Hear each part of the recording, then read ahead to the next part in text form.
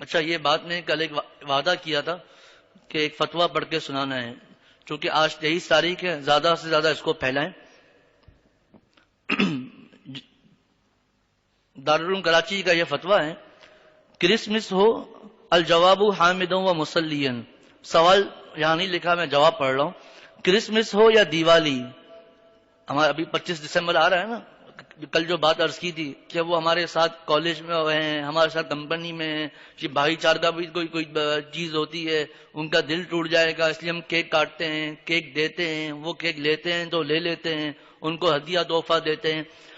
Christmas ہو یا دیوالی یا غیر مسلموں کی کوئی بھی مذہبی عید یا تہوار ہو، اب کل بات آئی تھی ہولی کی، وہ بھی سب اس میں آ گئے۔ مسلمانوں کے لیے اس میں حاضر ہونا، ان کے جلسوں محفلوں میں شرکت کرنا یا ان کی عبادت گاہوں میں جانا، ایسے حالات ہیں کہ لوگ سندھ کے مندروں میں جاتے ہیں، دیندار گھرانے کے لوگ مندروں میں جاتے ہیں، کتنا خطرناک معاملہ ہے۔ خدا نہ خواستہ دل بند ہو گیا، اس وقت پھر جو کلمے کی دولت ہے وہ چھن گئی، تجھے میں مسجد میں بلاتا ہوں اور تو مندروں میں جاتا ہے۔ بعض ایسے ہیں مسجدوں میں نہیں جائیں گے، مندروں میں جائیں گے، اللہ تعالی حفاظت فرمائے۔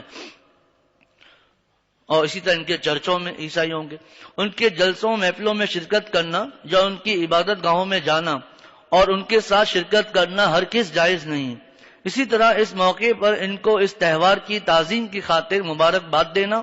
یا ان کو ہدیے دینا جائز نہیں۔ اب خطرناک بات سنیے، یہ تو جائز نہیں ہے، بلکہ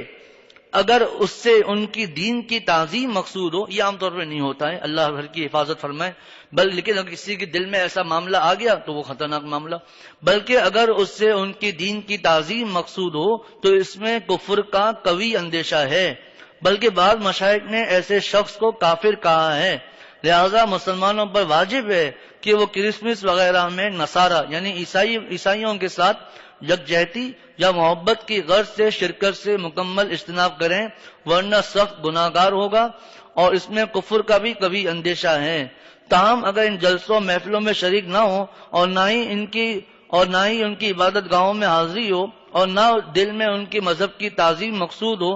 اور مبارک نہ دینے سے اسلام یا مسلمانوں سے تنفر کا اندیشہ ہو، واقعی بتاؤ کہ اگر ہم نہیں کریں گے تو یہ نفرت کریں گے، مسلمانوں کو گالیاں دیں گے، برا بھلا کہیں گے،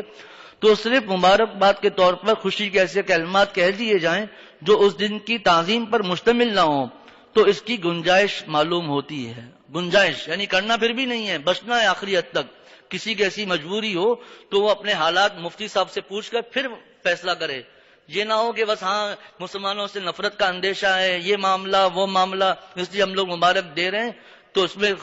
بہت ڈرنا چاہیے اس معاملے میں۔